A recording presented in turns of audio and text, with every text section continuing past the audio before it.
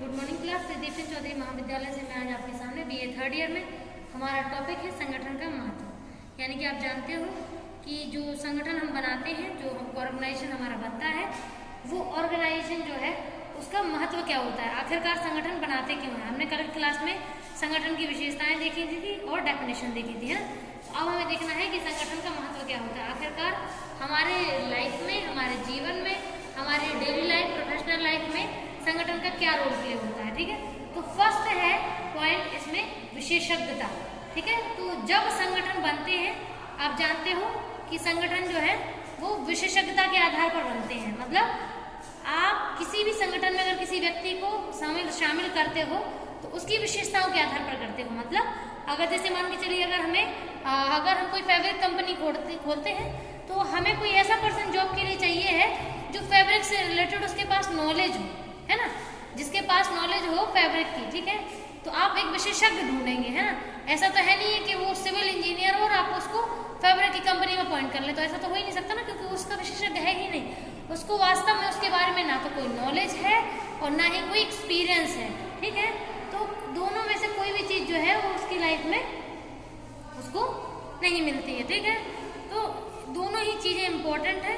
ठीक है, अगर विशेषज्ञता होगी तभी व्यक्ति जो है वो कार्य कर पाएगा, अदरवाइज कोई मीनिंग नहीं रहेगा। ठीक है, तो संगठन को बनाने में सबसे इम्पोर्टेंट है विशेषज्ञता। यानी कि एक संगठन जो है वो विशेषज्ञता के आधार पर लोगों को शामिल करता है अपने संगठन में, ताकि वो मतलब एक तरीके से जो समय सीमा है या जो एक टाइम ड्यूरेशन है उसमें ग्रोथ कर सके, वरना ऐसे डी ग्रोथ के लिए तो फिर बहुत टाइम पड़ा हुआ होता है। नेक्स्ट है भूमिका स्पष्टता। तो भूमिका स्पष्टता का मतलब है कि जिस पर्सन को जिस रोल के लिए या फिर जिस जॉब के लिए आपने अपॉइंट किया हुआ है उसको वो रोल क्लियर हो, उसको वास्तव में पता हो कि वो किस काम के लिए आया है, उसका रोल क्या है, उसको क्या वर्क करना है। ठीक है, तो भूमिका की स्पष्टता उसे होनी चाहिए। ओके, तो अगर मान लीजिए उसको रोल क्लियर नहीं है, उसको नहीं पता उसको क्या काम करना है, उसको रखा क्यों गया है, तो फिर ऐसे लोगों के बेस पर आपकी कंपनी एक ना एक दिन खत्म जरूर हो जाएगी। ठीक है, तो संगठन तभी चलते हैं जब पर्सन को अपना रोल पूरी तरीके से क्लियर हो कि उसको क्या रोल प्ले करना है, उसको रखा क्यों गया है। नेक्स्ट है आवंटित अधिकार। आवंटित अधिकार का मतलब है कि जो व्यक्ति होता है ना, वो व्यक्ति किसी कौन से कार्य के लिए चुना गया है, कौन से अधिकार उसको दिए गए हैं, ठीक है, और क्या उसकी जिम्मेदारियां और उत्तरदायित्व हैं, तो क्या उसको अधिकार मिले और क्या उसके उत्तरदायित्व, इन दोनों का उसको बिल्कुल क्लियर फॉर्मेट क्लियर होना चाहिए। क्योंकि अगर उसको अपने अधिकार नहीं पता है या उत्तरदायित्व नहीं पता है तो फिर वो अपने उसके अधिकारों के अकॉर्डिंग वर्क नहीं कर पाएगा और लोग उसका जो ऑर्डर है वो भी मानेंगे नहीं। ठीक है, तो हर व्यक्ति को जो जिस पद पर है उसको उस पद के अधिकार और उत्तरदायित्व दोनों की जानकारी बखूबी होनी चाहिए।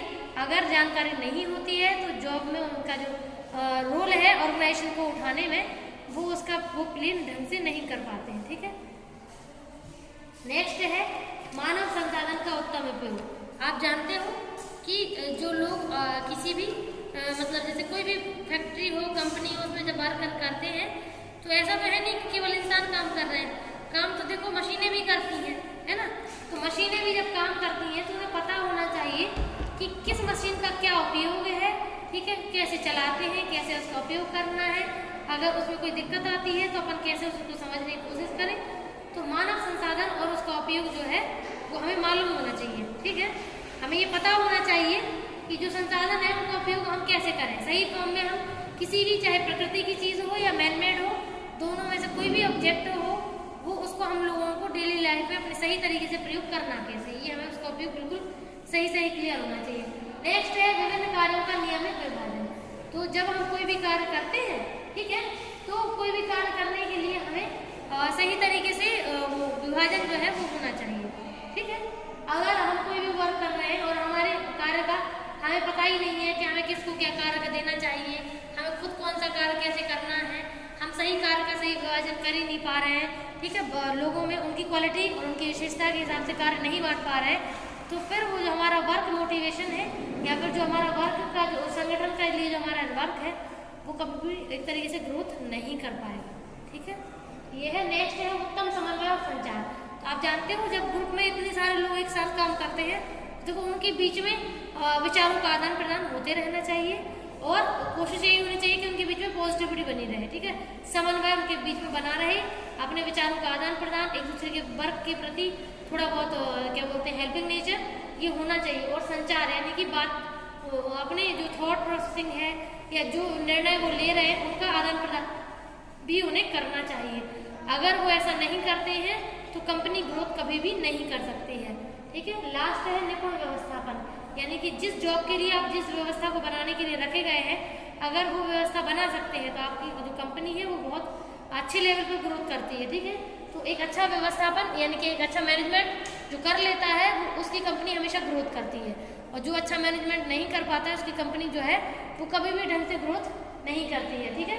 तो ये संगठन की जो इतनी विशेषताएं हैं ये केवल एक ही चीज़ के लिए क्लियर है कि जो भी संगठन है वो केवल ग्रोथ करने के लिए बनाया जाता है, ठीक है। कोशिश यही होती है कि ग्रोथ करे, तो ग्रोथ में केवल एक व्यक्ति नहीं जिसने खोली है कंपनी केवल वही मेन नहीं होता है, उसके अलावा जितने एम्प्लॉयज़ होते हैं जो उसके साथ काम कर रहे होते हैं उनका भी बहुत इंपॉर्टेंट रोल प्ले होता है, ठीक है। Thank you.